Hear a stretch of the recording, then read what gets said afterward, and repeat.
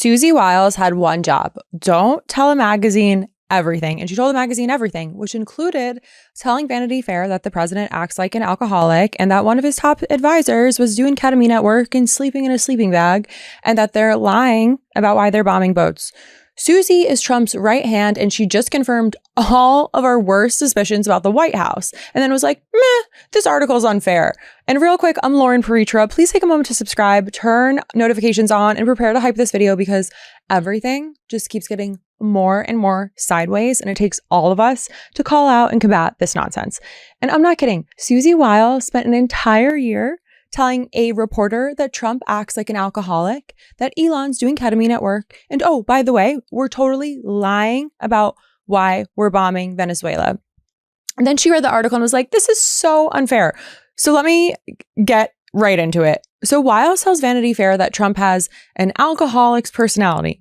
Now, Trump doesn't actually drink alcohol. His brother had addiction issues, so he's avoided alcohol his entire life. But Wiles is like, yeah, he's got the personality though.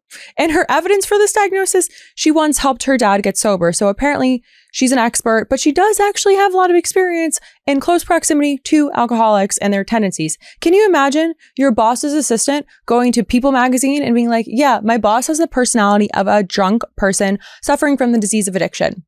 I would know because of my dad. That's what happened at the White House. And then she gets into Elon Musk. And listen, we all know Elon Musk is an asshole, but Wiles just confirms that he's been using ketamine and a lot of it. And she says he's an avowed user. And that was literally the word she used. And she also said he's been sleeping in a sleeping bag in government buildings during the daytime.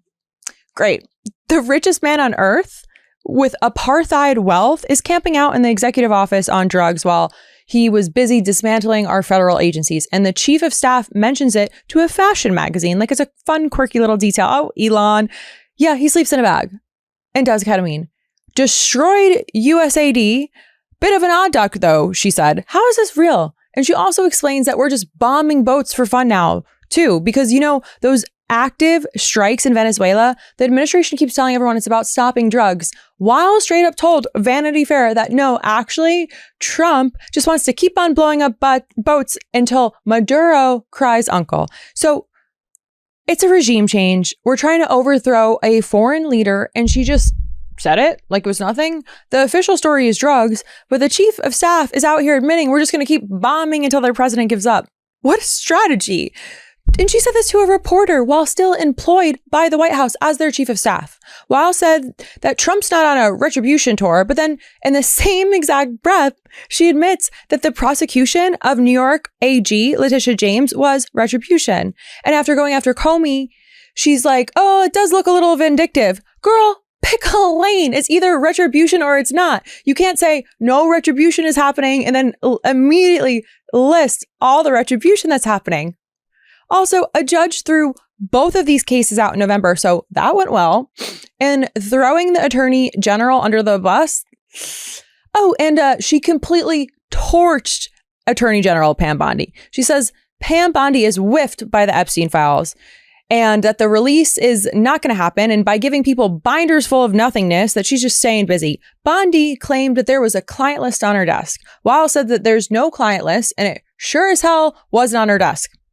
That's the attorney general, your colleague, somebody you're probably going to see every week, and you're just getting publicly called incompetent and a liar in Vanity Fair. How do you even make eye contact after that? And then she goes on and confirms so gently that Trump is in the Epstein files. She tries to make it sound casual, like, oh yeah, they were just young, single playboys together. And Trump didn't do anything. Didn't do anything awful. President Trump is what she called the Epstein file. But she says he's not in the file doing anything awful. Talk to me about that part of this interview. Yeah, she also said that she underestimated the swirling controversy about the Epstein files, but specifically as it relates to President Trump. This is what Susie Wiles had to say. She said, Trump is in the file, and we know he is in the file. He's not in the file doing anything awful. She said he was on Epstein's plane. He's on the manifest. There were, sort of young, single, whatever. I know it's a passé word, but sort of young, single playboys together. Just a very striking comment to hear from somebody so close to the president. Hold on. young single playboys. That's the official White House spin on the president's friendship with a convicted sex trafficker of children. Not they barely knew each other. Not that they were, there a few times at the same events together. No, they were playboys together. The bar is in fucking hell. Oh, and she casually drops that JD Vance, the vice president, has been on a conspiracy theorist train for a decade. She also calls Vice President Vance a conspiracy theorist for a decade. She says his whole never Trump to MAGA thing was sort of political. You don't say. So she's saying the VP's entire belief system is fake, and he's been peddling conspiracy theories for 10 years. And she said this to Vanity Fair. About the second highest elected official in the country. Real good clip of them coming up. And after all of this publishes, Wiles posts on X, her first post in over a year, calling it a disingenuous framed hit piece. But sister, these are your words. You sat there for these interviews voluntarily for an entire year. Nobody ambushed you. What did you think? You were going to be in a glamorous profile piece on yourself? Read the room, honey. You could have stopped at any point and been like, actually, maybe I shouldn't tell this reporter that Trump acts like an alcoholic. But you kept going for 12 months. And now you're surprised it looks bad? How are you in charge of anything? Then the press secretary pops out and says, President Trump has no greater or more loyal advisors than Susie. The entire administration is grateful for Susie's steady leadership. A series of articles in Vanity Fair on Susie Wiles, the chief of staff, and the president's inner circle. I mean, clearly there was a lot of cooperation between the White House and Vanity Fair on this because there's numerous interviews that Susie Wiles had with the writer over the course of pretty much a year. Portraits were taken of his inner circle, including her, JD Vance, Stephen Miller. I mean, it looks like the White House was working hand in glove with Vanity Fair. But what happened? What went wrong?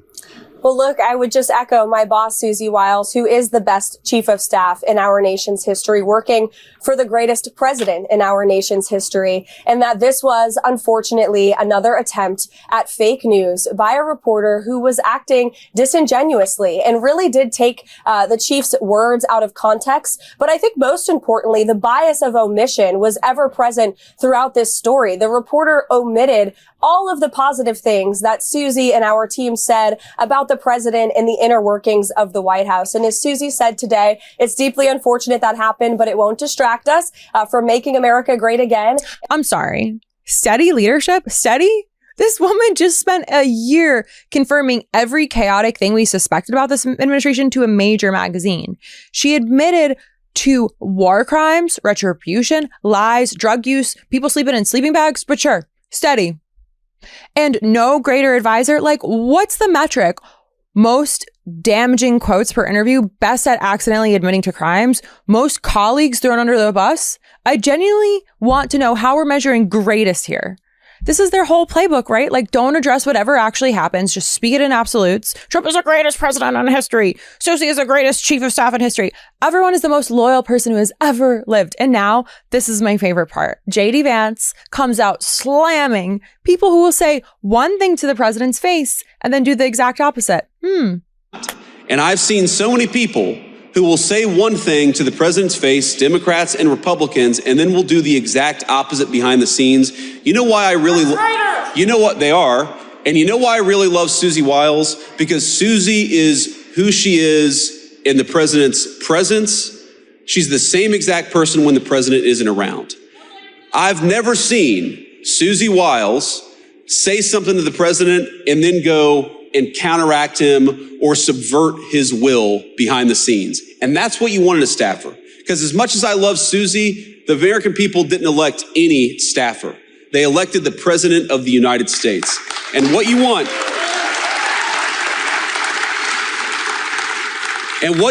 in a staffer is a person who understands they are there to effectuate the will of the American people, and they're there to follow the orders of the duly elected commander-in-chief of the United States.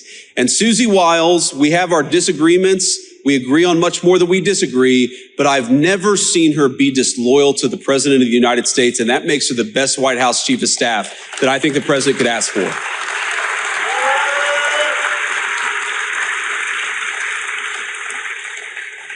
And the last thing I'll say is if any of us have learned a lesson from that Vanity Fair article, I hope that the lesson is we should be giving fewer interviews to mainstream media outlets. So I'm sorry. JD Vance is lecturing people about being two-faced. This is the same guy who called Trump America's Hitler. And he didn't do it in a private conversation, not in a leaked email, in public, on record multiple times. He called Trump a cultural heroine, reprehensible, wondered if he was a cynical asshole or an idiot. And then he became Trump's vice president. And now he throws his own wife and children under the bus repeatedly by constantly saying derogatory stuff about them to stay in Trump's good graces. This is the guy who spent years publicly calling Trump maybe Hitler and is now the loyalty police. I can't. I genuinely cannot. Like, Wiles herself said his conversation was sort of political, which is the most obvious understatement ever. So Vance, whose entire career is built on being a two-faced little bitch, is out here trying to attack somebody for saying things that are objectively true, while he spent years saying things that he didn't even believe. Here's the thing.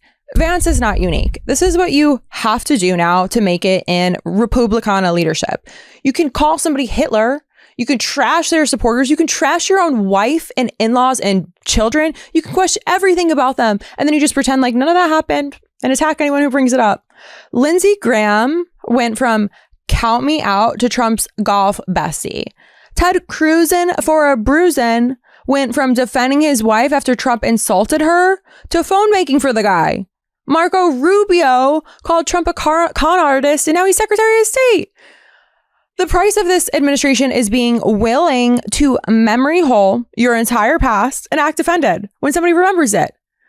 It's just the thing you gotta do these days. And but what really kills me is Wiles didn't even betray Trump. She didn't turn on him or anything. She just told the truth about what's happening. That's it. That's her crime. Honesty. Vance literally called Trump Hitler and then joined his ticket. But somehow Vance attacking Wiles for disloyalty is what's going on now, while he built his entire existence on abandoning every principle he once claimed to have. The man has no ground to stand on. He's an asshole, but he's our vice president.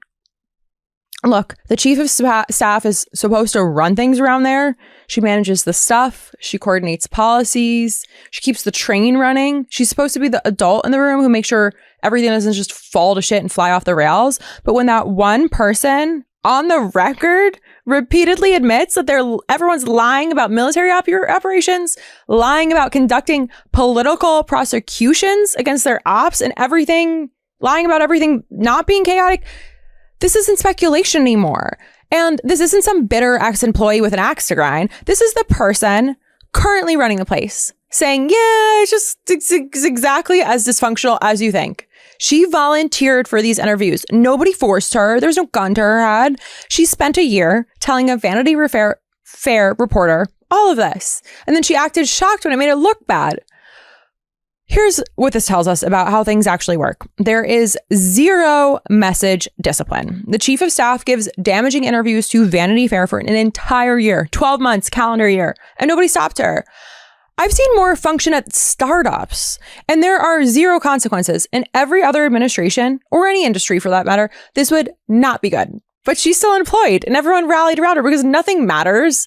And reality is like just what you make of it these days. And they can lie about military strikes and prosecutions. And the chief of staff is just like, oh, yeah, they're still lying. Who cares? And then they just deny it later and say, this is the greatest chief of staff and greatest president ever. The truth is like totally negotiable in these circumstances. And if you enjoyed this video, please take a moment to subscribe. Don't forget to hype, turn those notifications on, hit that bell. I'm Lauren Paritra. I am Lauren P across all social channels, and we'll be back with more. Love this video? Support independent media and unlock exclusive content, ad-free videos, and custom emojis by becoming a paid member of our YouTube channel today. You can also gift memberships to others. Let's keep growing together.